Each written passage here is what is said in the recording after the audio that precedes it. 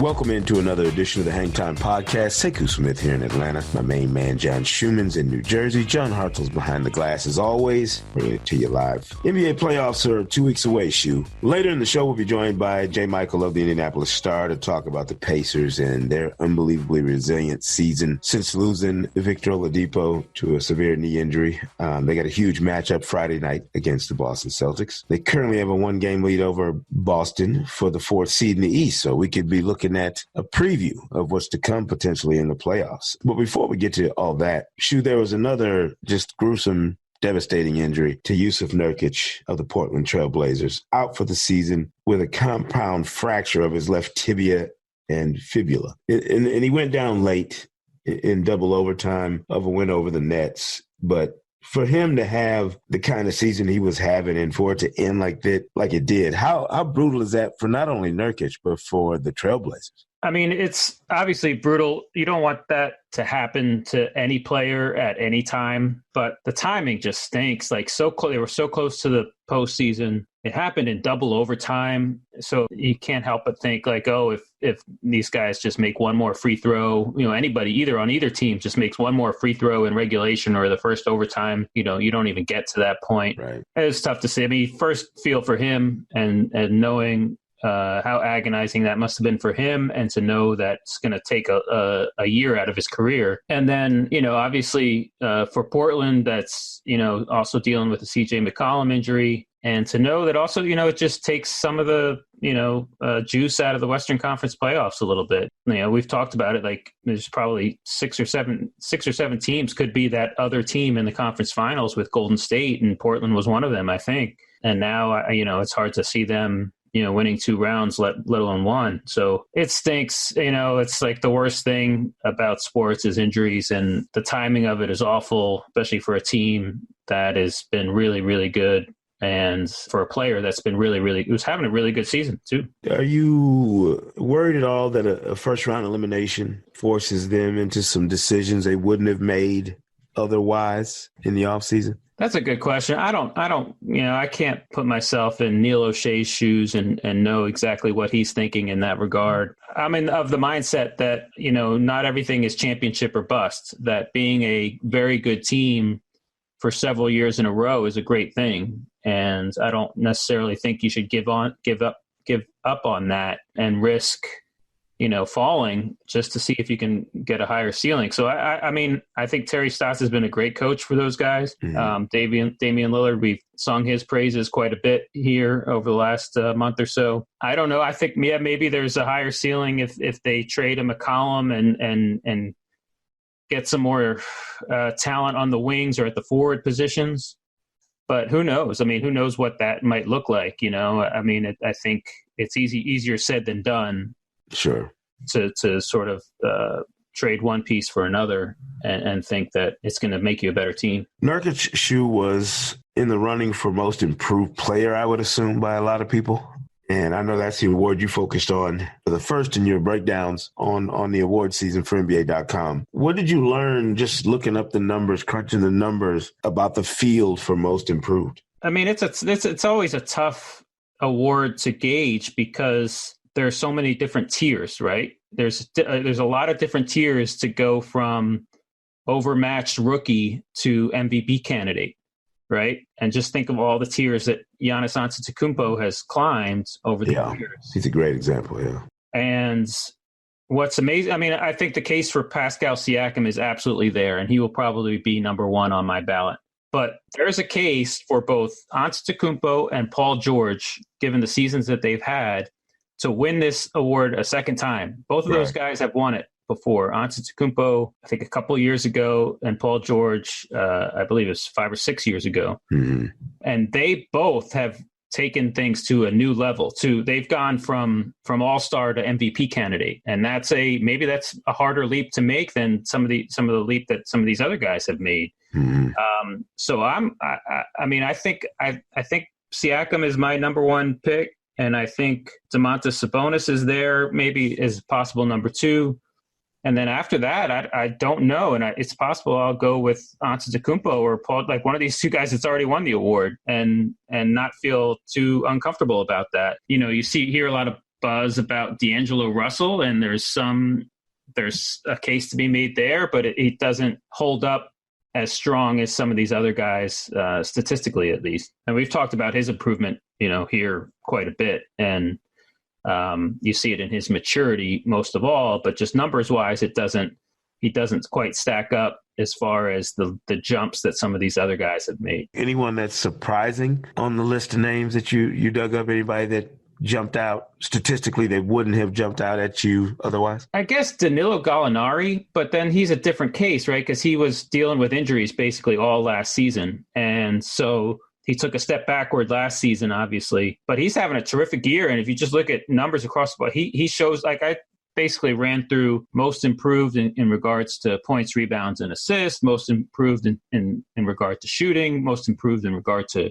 rebounding percentage, and Gallinari pops up on a lot of those lists. I would have to, before I put him on my ballot, I'd have to go back and look at previous seasons and see if this was just a real step forward for him, or if it's, just him regaining prior form prior to, these injury-filled seasons that he's had prior to this one. So that was a kind of an interesting one that popped up. And then there's always, there's a lot of second-year guys. De'Aaron Fox pops up quite a bit. John Collins, quite a bit. So, I still feel comfortable with Siakam as a number one spot on my ballot. He's taken a big jump as far as his scoring efficiency. He's gotten to the free throw line a lot more than he did last season, which really helps him, his scoring efficiency. And then if you look, the one thing that pops out to me with him is if you look at the percentage of his field goals that are assisted, that number went way down. So last season he was assisted on 72% of his buckets. This season only on 56%. And that's that's the biggest drop in the league. And it just tells me that he's doing a lot of the work himself, right? Like he was assisted on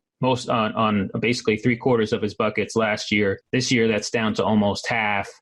And that just tells me that he is doing a lot of the work for himself this year more than he ever has. And that tells me that he is sort of more of just a bucket getter, than we've ever seen him be. And that's, that's important, I guess, to me, and as far as the most improved numbers. How much of your evaluation of most improved is weighted on an increased opportunity as opposed to some real tangible improvement in a guy's game, like a guy developing a jump shot or his ball handling, getting so much better that he becomes a different kind of player? I mean, how much of it is just an opportunity in terms of more minutes and more access to make plays, to get buckets, whatever, as opposed to this guy, you can tell this guy went in the lab over the summer and reshaped his game? It's impossible to separate the two completely, because if the guy's a better player, he's going to get more opportunities, right? And more opportunities are going to lead to him being a better player because he's going to get more reps and he's going to be more comfortable out on the floor, more confident also. I mean, I don't know if that goes hand in hand necessarily all the time. I mean, there are opportunities for guys like maybe you go from a six man to a starter. That in turn is going to give you more minute opportunities, but maybe you stay a six man and you're just really good in your role, like much better in your role this year than you were last year. I guess that's possible. I mean, to really see it, you have to watch. You have to watch games and understand that, okay, this is something that he is doing that I've never seen him do before. I'll just give you one example. Like I watched, the Knicks enough this year and saw Emmanuel Mudiay just do some stuff with the ball that he hadn't done prior. Would just seem more comfortable and more skilled with the ball. Now, I wouldn't put him anywhere close to in my most improved list, but it's just one little skill that I noticed different. You could see it in a shot, just how confident a guy is with shooting and how quick his release is. Right. That makes a difference. But I still think it's we don't necessarily notice Siakam's improvement if Nick Nurse doesn't give him the ball, doesn't run pick and rolls for him out of a timeout, give him those opportunities to show him and say, or just say, hey, if you get the rebound, you go and you have the license to go coast to coast on this team, not that he didn't necessarily have that license last year, but I do think it's impossible to completely separate opportunity and development. Between two. And like I said, even shooting, a guy may be a better 3-point shooter this year, but that may be linked to who he's playing alongside, and I mean, not having DeMar DeRozan, but then adding Kawhi Leonard, it changes the dynamic, even though, you're replacing one player. And then you have Danny Green. With a different one. Yeah, Danny Green. Yeah, exactly. Danny Green, who just shoots poorly in even-numbered years and shoots well in odd-numbered years. He's got some kind of streak going where, like, every even-numbered year he doesn't shoot very well, and then every odd-number year he's like one of the most improved league shooters in the league. So right. Yeah, I mean, I just think it's interesting. To me, it's one of those awards that always has kind of a nuanced look because of the circumstances. Every guy, is going to have different variables that pop up in a season, but you can't necessarily look at it and go, well, just take a class of players. Like, hopefully most rookies show some significant improvement from one year to the next. It doesn't necessarily go well for them in the most improved conversation, because you're going from ground zero maybe to the first floor, as opposed to a third or fourth year guy that's going from role player to significant starter or even all-star status. Victor Oladipo is a guy who won that award based on him going from kind of a on the fence high pick, to a bona fide all-star. So it makes a difference. To me, it always makes a difference what that context is. You talk about second-year guys. I mean, there's second-year guys that didn't even play last year. Like, Monty Morris played 25 total minutes last season in the NBA. And you would think, like, if you're just going through rosters looking for most improved candidates, you'd be like, Monty Morris, like, became a rotation guy and an important rotation guy for one of the best teams in the league. And so it's kind of hard to compare him statistically. Last year, he played 25 minutes. Derek White is another guy like that. He played 139 minutes last year for the Spurs. Mm-hmm. And Thomas Bryant played 72 minutes last year, and now he's starting, for the Wizards. And he's basically the best finisher at the basket in the league this season. That's crazy. He got cut this year, didn't he? Didn't he start the season with the Lakers? Was that this year? I'm not sure. I'm not even sure. Yeah. But yeah, I mean, he's completely clueless on the defensive end of the floor, by the way. But he is offensively, he's having a heck of a season. You could even go within the season, Shu, and just look at guys who have made significant leaps in terms of production and performance. Look at Marvin Bagley. From where he started in his rookie season to what he's doing on a regular basis now is significantly different. I'm not saying he rises into the category of most improved, but it just shows how quickly you can flip a narrative on a player, based on the opportunity, and in the production that you show given that opportunity. I think it's also a testament to the player development component that is now robust in most places around the league, that we see such significant skill improvement for a lot of players throughout the course of a season. A good friend of mine is John Beckett, is the player development coach for the Nuggets. And he's been doing it for years, but we talked about it during All-Star Weekend, just about how significant that is for the Nuggets and their young players to continue to probe how to improve their games on a regular basis, that you see the gains of that improvement daily. It's pretty impressive when you think about it, the way it's done now compared to the way it might have been done as recently as 5 or 10 years ago. Yeah, it's true. There's definitely some rookies that have taken a big step forward from the first half of the season to now. Bagley is one. Obviously, Sexton is another we've mentioned before, who's really improved. And so, kudos to the development guys on those teams. Actually, we talked to somebody with the Cavs over All-Star, and he said that a big factor in Sexton getting better was Matthew Dellavedova coming over from the Bucks and helping Sexton learn how to be like a point guard. Like that Sexton really hadn't had the proper sort of training as far as seeing the floor and being a point guard and distributing the ball and making plays. So it's interesting how to see the light turn on, I guess, with some of these guys, definitely. And I don't know how you sort of, there's some voters that won't vote for a second year guy with the most improved award. But it's hard to ignore what De'Aaron Fox has become versus last season and how much he drives basically the identity of a team that is the most improved, one of the most improved teams in the league. It's kind of, it's tough to measure. Like I said, there's different tiers in this league, and it's tough to compare a guy making the jump that De'Aaron Fox has made with the guy, making the jump that Giannis Antetokounmpo has made. Yeah, I stand corrected on Thomas Bryant, by the way. He was with the Lakers in their G League team up on the big team last year. He was one of the casualties of the Lakers' summer of LeBron, and found his way to Washington and has since become, as you said, Mr. Finisher, apparently. He had 2 big buckets last night. He had a 3 for the lead last night, and then the game was tied up against Phoenix. They were playing. Phoenix tied it back up, and then he had a and 1 for the lead after that. Just unbelievable. Game-winning bucket in the paint, both off feeds from Bradley Beal. Yeah, I wasn't going to bring up Devin Booker and his scoring spree, but since you mentioned it. Call me when he scores 50 in a game that his team wins. The hate is real. It's real. This is March basketball. You get some funky stuff in late March and early April with.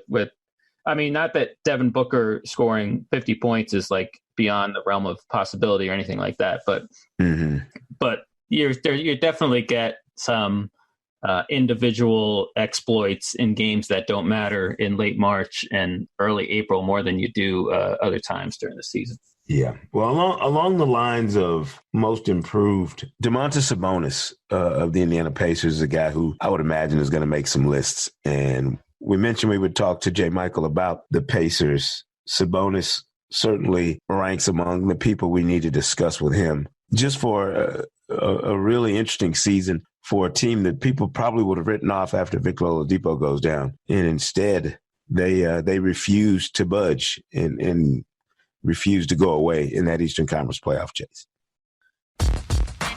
So, J. Mike, thanks for joining us first and foremost. And if you could, just explain to me, why in the hell haven't the Pacers faded away? They would have every excuse. Nobody would hold it against them if they just faded from the standings and got out of the way and gave everybody these dream matchups they think they want in the Eastern Conference playoffs. But here they are, just sitting there ready to spoil everything. Yeah, they just play hard. There was not any contemplation. Once Oladipo went down, the popular opinion was, well, just tank and play for a draft pick. Well, that didn't make a lot of sense because they were too high up in the standings, and we know the bottom of the East is so bad, you really couldn't accomplish anything there. And I think also it's just not the DNA of I think the franchise of what they want to put forth to the fan base. But Nate McMillan, that kind of goes against practice and all the stuff. What he's been preaching, what Kevin Pritchard's been preaching all season. So it kind of would be a huge contradiction to do so as well. And if you look at the composition of the roster, it's nothing but a bunch of blue collar guys who do a couple of things well. Not too many guys do things great. Bogdanovich is a pretty good 3-point shooter, but there aren't too many guys who you could say are great at several things. You have guys who are a lot of utility type of players who are, that's just how they are. So you look at the composition of the team, the coach, kind of how the franchise is run, and that's just kind of why they're still hanging around. And they're going to beat teams that, they're going to pull out games and be impressive sometimes when you least expect it.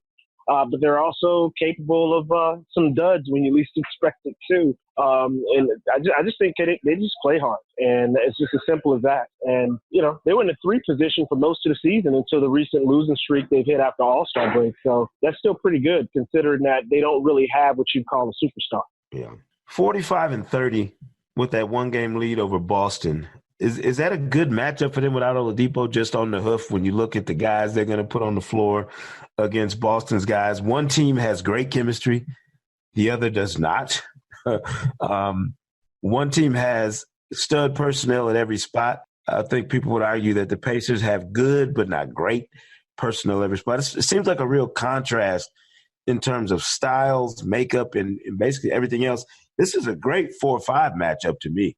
Yeah, no, it is. And actually, for months I've been saying Boston's the better matchup for them because for a minute it wasn't sure if it was going to be Boston or maybe it could be Philadelphia. Philadelphia is a terrible matchup for them. Boston's a good matchup. And, these teams have played twice. They have 2 meetings left, including, Friday night, this upcoming week, Friday night game in Boston to kind of determine the season series. And I think that's going to ultimately determine who's probably the 4 the 4 seed and gets home court advantage. But yeah, I mean, you know, if you look at the matchups, like the one that the Pacers won, you know, Boston was switching, you know, Kyrie Irving on to Bogdanovich a lot. And what did the Pacers do? You know, okay, you're going to give us a 6'8" guy versus a point guard who's not really a strong defender anyway. We're going to post him up and get easy buckets, and that's what they did. And there are times when, you know, you have to be able to defend Kyrie Irving, and the Pacers have good defensive guys. Like Corey Joseph is the guy that comes off the bench and defends the best backcourt player just about every time. So he's going to harass Kyrie Irving. I think he did a really good job against him in their first meeting as well.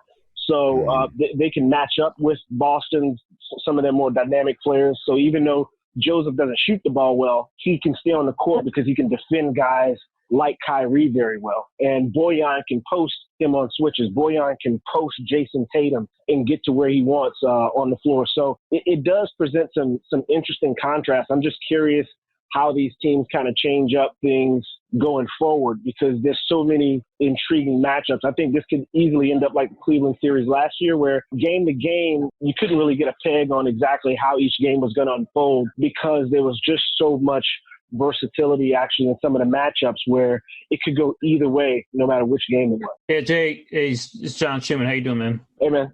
Now, the Pacers certainly aren't the only team that's better at home than on the road, but they've lost 9 straight road games now. Yeah.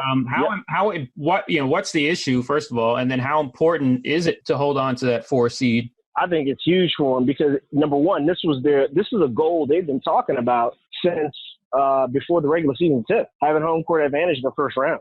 So I think it's important to them just, you know, to accomplish that goal. I think psychologically is important. But even before they hit this streak where they've lost 9 home games in a row, they were having trouble winning on the road. They won a game against Philadelphia on the road earlier this season, which was probably their best road win. But short of that, you know, they got routed against Boston on the road. They had Toronto on the ropes on the road and lost there. They played, when you look at how they played against some of the better teams in the conference on the road, they were in good position to win a lot of those games. And what happened was similar to what you saw in Oklahoma City, dominating the game, leading by double digits, and you allow them to go on a 24-0 run in the third quarter, then it changes the tone of the game. That pretty much is what happens with them on the road. And I was talking to Bojan Bogdanovich last night, and I could tell he was kind of frustrated by it. He says, we get nervous when another team starts making buckets, and you can see it. I think the biggest thing, John, that they don't deal with well is late switching. Whenever a team, you know, if you switch early and give them the matchup, like I was talking about Bogdanovich against a guard, they'll exploit it. They'll go with Thad Young down there against a smaller guy and get an easy bucket.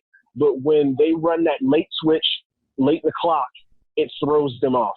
And that's been a problem with them all season. And good teams, versatile teams that have the personnel are going to do that kind of stuff. And so I think that coupled with being on the road, it's something, it's a mental hurdle. And I think the idea that, you know, that you see guys like Thad Young maybe doing too much. Now, he'll tell you he's doing too much late in these situations because nobody's moving and he's got to put up a tough shot. Or Sabonis, same thing. He's got the ball last night on the baseline against Jeremy Grant. Sabonis is left-hand dominant. He's trying to get to his left hand. The baseline is an extra defender. There's no way he can get to his left hand. The easiest decision is to kick the ball out, repost, and get it back. But instead, what he'll do is he'll try to create some difficult shot under the rim that ends up being an air ball and put another team in transition. And this is how the opponent get energized in the third quarters. I just don't think coming out of halftime when the opponent makes some adjustments that they respond well to the adjustments, and late switching is one of the adjustments that I think they had yet to figure out. We've all sort of talked about Nate McMillan as a Coach of the Year candidate. And obviously, you know, and basically the thought is, you know, what he's done with this team, despite the Oladipo injuries, plural, is terrific. I want to know, like, what do you think his imprint is on this team, sort of beyond its resilience? You know, we all know that how resilient they've been and still staying near the top of the East standings despite Oladipo's absence. What do you think is beyond that? What do you think is McMillan's sort of biggest imprint on how this team plays? Defense. You know, defense, when they're at their best, when they're Like they just recently beat the Nuggets by 36 points at home. As good as the offense was in that game, their defense absolutely smothered Denver. I mean, Corey Joseph abused Jamal Murray, and that's, that sort of thing. I mean, Nate McMillan has gotten guys like Bogdanovich to play best defense I've ever seen him play. Not saying that he's a great defender, but he's still better than I expected these last 2 years. Same with Tariq Evans. I was telling Tariq, this was a couple months ago, I said, man, I've seen you in the league for 10 years. I've never seen you hustle defensively, deflections, using his size to his advantage in the low post when he's switching against big guys. I mean, the effort's there. It doesn't mean that they're always going to obviously stop someone, but just making the right decisions, the right rotations all the time. So I think when you look at guys like that, I mean, to me, Sabonis, I thought coming into the season, earlier this season, defensively, especially, you get him away from the rim, he is a liability because he's defending in spaces and his strength. But he's actually gotten better at that, I've noticed in the last few months as well. Nate somehow gets these guys who you don't think should be able to defend as well as they do to defend. And if you look at where they rank in terms of the league in that regard, they're top one, top two, top three all season. And I think that's what's been able to sustain them despite Oladipo's injury. Because I'm going to tell you right now, I thought the entire season, or most of the season, even before Victor got hurt, I didn't think he was playing that great individual defense. He was getting beat a lot, especially on closeouts by slower guys who had no business beating him, which made me think something was wrong with his knee long before it got hurt. I wasn't quite sure about that. But the way I see it is they've actually been able to post this sort of defensive effort without Oladipo being 100% for most of the season, which actually makes it even more impressive. So that, and then you throw in Miles Turner, who's got to be in the Defensive Player of the Year conversation. He's been rebounding lately like a beast, hitting guys, getting physical. You know what the rim protection is, how good he is at that. But switching on the small guys, that wasn't his strength coming into the season. He's got better at that. Actually, I would trust him in that situation more often than I would have before. So when you say with Nate McMillan's imprint, that's what it is. Because if you take away the defensive part with the droughts they have offensively, then we're not even talking about them being a playoff team, much less a potential top 4 seed. Right. J. Mike, who has provided the emotional stability, or who or what?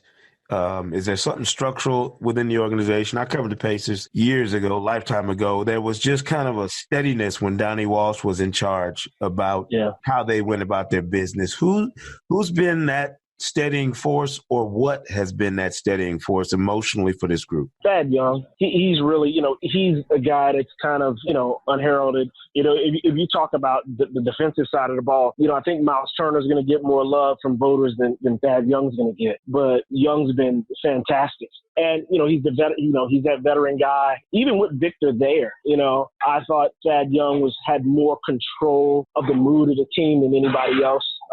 Because he's been in the league, because he's the guy that, he walks what he talks. And, that series against Cleveland last year, I mean, Thad Young's ability to switch out on these guys and smaller guys and give them hell was part of what allowed them to, push Cleveland to 7 games. So I say Thad Young is that guy emotionally in that locker room that kind of controls that. Since he's joined the team, Wes Matthews, I think, has been a pretty good with him in there. But I'd say, Thad Young, because he's pretty much a spitting image on the court in practices what Nate McMillan is when he's on the sideline. So I think he's last year they would tell you Al Jefferson was one of those guys too, even though he didn't play a lot. But yeah, Thad Young, I think, he kind of has the temperature and controls the mood of that team, and he kicks him in the backside. I'm going to tell you right now, he's going to have to kick him in the backside real hard to get him to finish this season strong, because the offensive issues they've had, that's going to end up sinking them in the end if they don't clean it up fast.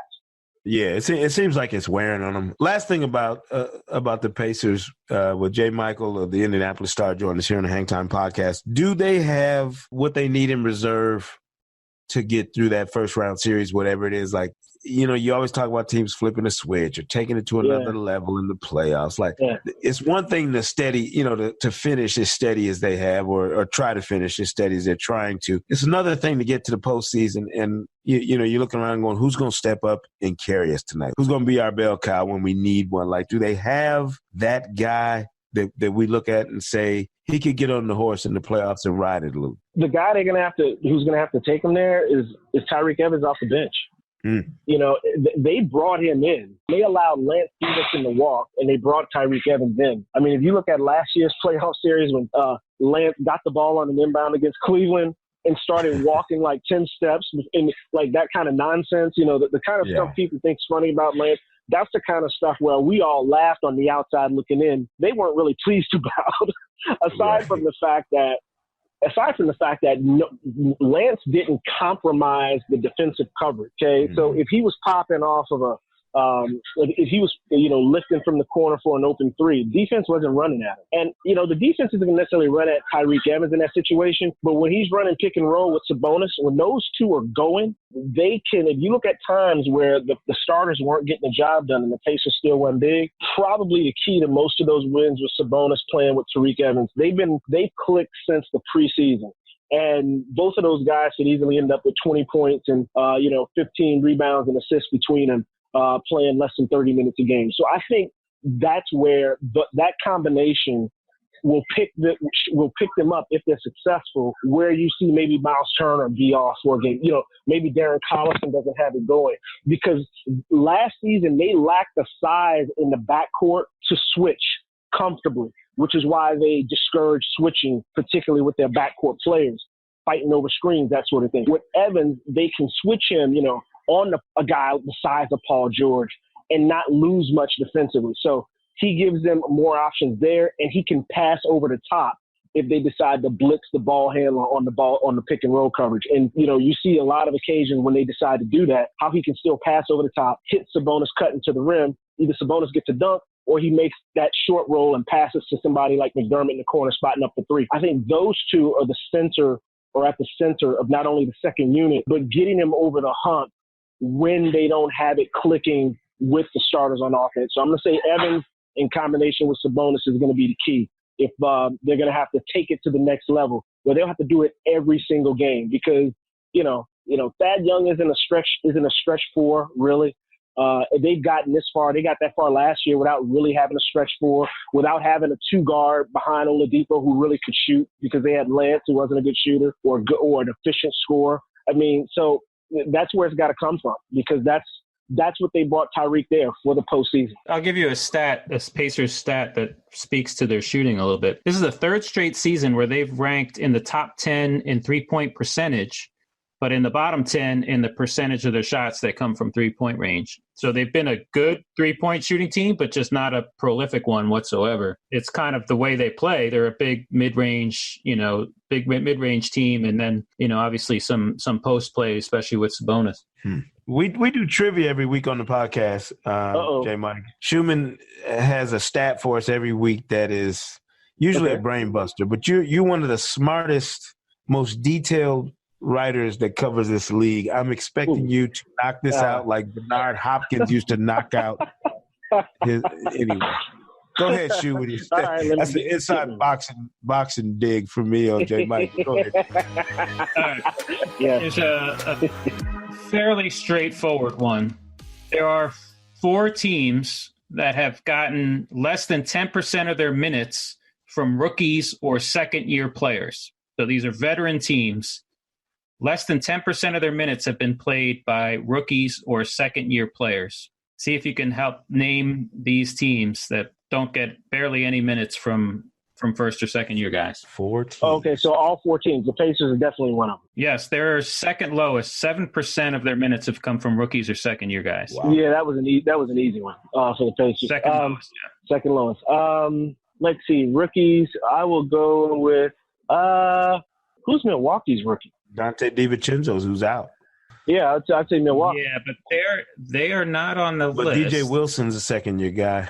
Let me just check where I'm going to say the Warriors. Golden State, No, yeah. Milwaukee's not. No, Milwaukee gets 11% of their minutes, or has gotten 11% of their minutes from first or second-year guys, which is the 7th lowest rate. All right. The Warriors is 12%, the 8th lowest rate. Really? So neither of those 2 teams are in there. Really? The other 3 teams are all top 4 seeds. So all 4 teams are top 4 seeds in either East or the West. So Philadelphia. No. Philadelphia is the highest among playoff teams. Now they traded Shamet, but they have Ben Simmons as a second-year guy. I remember. Oh damn! You know what? I'm not thinking about second. I'm leaving out the second year. That's my mistake. Okay, first or second-year guys. Wow. So that's Denver, Portland. One and two in the not West, Portland. one more in the East. Portland, yes, 8%. That's the fourth. Portland is 8%. Yeah. Okay. All right. Portland is fourth. So then we have one more West team, one more East. How about Houston? Houston, that is the absolute lowest. 5% of their minutes have come from rookies or second-year guys, and that's probably just guys that they've had come in and out of their rotation all season. What about Toronto? Toronto, yes, that's their fourth one. Yep. Yeah, 8%. 8% of their minutes have come from rookies or second-year guys. So those are all. The fifth is Miami. So it's playoff teams at the bottom. At the top is New York, 48%. Sacramento, 43, Phoenix, 43, Chicago, 42, and Atlanta, 41. Philadelphia is the playoff team that has had the most minutes coming from first or second year guys. 10% from rookies, 20% from second year guys. So yeah, that's what kind of signal should that send around the league? Like, hello, it's pretty, it's pretty obvious. Especially when it comes to the Knicks. Yeah. Come on, man. Well, I mean, I think the low end is interesting because it's basically teams that are now invested in the right now. So Houston absolutely is invested on winning right now, no matter what. They gave that contract to Chris Paul. Indiana too. I mean, what do they have? If you're just saying, okay, what do they have for the future? You're talking about Aaron Holiday and TJ Leaf as far as their first and second year guys that have played, and they're pretty invested in right now. It's why it's interesting to see them with their free agency status. Actually was one of the questions I wanted to ask you, Jay, was what do you think with all their free agents this summer, what do you think is their priority? Number one on their list of things to do this summer is what? Number one, they clearly got to have shooting. I mean, that's been Bogdanovich is going crazy. I think Bogdanovich is going to get a huge salary this offseason. I think trying to keep him is a major concern. Wanting to keep him around. I don't know if they have the cap space. I don't know if they want to go up that high to keep him, because I think he's making about $10 million this year. You never know what the market's going to do, but I think he's going to make significantly more money than $10 million. So I think shooting is their priority. A lot of these guys, I think, Thad Young being a free agent, do you let him walk? I think that answer may ultimately be yes. I think Darren Collison walks as a free agent as well. But I think you try to keep Bogdanovich, because when you have Oladipo back, you need to have some shooters opposite of him to open up the floor to allow him to do what he does. So I think that's the priority for him. The guy who I just think is really interesting to figure out what you do with is Aaron Holiday. Because, he was just about every team in the league called the Pacers checking on his availability at the trade deadline. And, they'll tell you that they never really seriously considered trading him. But there was a lot of interest in trying to pluck him. My question with Holiday is exactly what he's the size of a point guard, but the mentality of a shooting guard. You throw him the ball, you kick it to him off the ball. He has no conscience. He was shooting, which, can be a good thing. Other times, maybe not so much of a good thing. So if you keep Holiday as your point guard in the future, which they believe that he is, I just think that's going to present some interesting challenges, because you're going to have the opposite of kind of what Darren Collison is, who's a setup guy. So I think they have to figure out, after you deal with the shooters, keeping shooters on the team, they got to figure out what their identity is going to be going forward if Aaron Holiday is a guy that you say, hey, he can eventually start or be a rotation player, because I think the way the team is built is going to have to be significantly different than what we've seen the last couple of years, which is, this mid-range shooting team. The problem that they're going to have going forward, and I've been told this by, several people around the league, the Pacers despite their success, it's unlikely that they're going to be a major player for what you would consider a game-changing sort of free agent. So you're still looking at these role-type Danny Green sort of players that they're looking at. So, But that was what I was going to get to. You don't have to use cap space on a free agent. You can use cap space on a trade. And that's why I think I'd be curious if the Mike Conley conversation comes back up in the summer, when they have cap space and they can just trade for Mike Conley with their cap space, and or a piece or a small piece or two, maybe a Holiday or something like that. And that's a guy who can obviously, I think, complement Oladipo pretty well. Very well. And obviously raise their ceiling a little bit. That's still in the back of my mind. When Conley stayed in Memphis after the deadline, I didn't think that was the end of that sort of conversation right. at all. But here's the thing that I find curious. Like Larry Bird has from what I've been told, is that Bird insisted that they don't trade Aaron Holiday. That his opinion of Holiday is that he's a future potential All-Star. Now, wow. I mean, that's yeah. So I mean, how much does that play into what they do going forward when he gives that advice? Is that too high of a ceiling? I mean, I'm not willing to commit to that at this point for him. I mean, I got to still see a lot more before I even get into talking about All-Star. But do you get to the point where Drew Holiday before I start believing that? Exactly. So if you believe that, now you may be overvaluing him and, letting a guy or like a Conley or someone pass when maybe you should go all in to try to flip your team. But look, I was told during the trade deadline by multiple people that Holiday was told, like, hey, there's a lot of chatter about you. Something could happen. It may not happen, but something could happen because your name is out there. Wow. And, the Pacers denied that they were looking to trade him, but that doesn't mean that there wasn't conversations. And from what I was told, there's a lot of conversations about him. And so do you value him as a future All-Star, therefore you can't move him? Do you take the bird in the hand and get a guy like Conley now? And, because you could sit on Holiday and maybe he's just a role player for you for the next, 4 or 5 years. And, I think teams like the Pacers with cap space who have a guy like a Holiday that teams, might be willing to give up a good asset for, maybe you gotta roll the dice a little bit. I think that's an interesting conversation that they're going to have. But, yeah, Larry Bird, from what I'm told, really values Aaron Holiday. So I guess it depends on how much sway he's going to have with their decision-making going forward. That's going to impact what we see. But yeah, I was a little bit shocked by that too, Stickler. That's just a roster that will evolve. And you don't know how it evolves based on the results of this season in the playoffs and what Victor Oladipo's future will do to how they try and continue to build, man. Great stuff, J. Michael, as always, man. Enjoy reading your stuff, obviously, on IndyStar.com. And the tweets are always good, man. You break the game down in ways that, that I don't think we get from everybody. So it's good to have your presence on a team that needs the shine. With David Benner as a PR man, they need all the blessings they can get. You got that right. And make sure you tell them I said that. Is Seiko's picture still hanging in the media room over there? It has. I think it has some darts in it. I can't tell if it's Seiko or not. I know it used to be hanging over the garbage can. I thought that was going to be. Better put it there strategically. So, but thanks, man. We'll see you down the road in the postseason. Man. Thanks, Jay. Appreciate it. All right, guys. Talk to you soon. All right, now take care. Shoot, that's one of those guys who has a handle on the game that not every beat writer does. It's unique. That's one of the things I love about all the variations of guys covering the league. People have different focuses. He knows that team inside and out now. He's got them locked in. Just the style of play.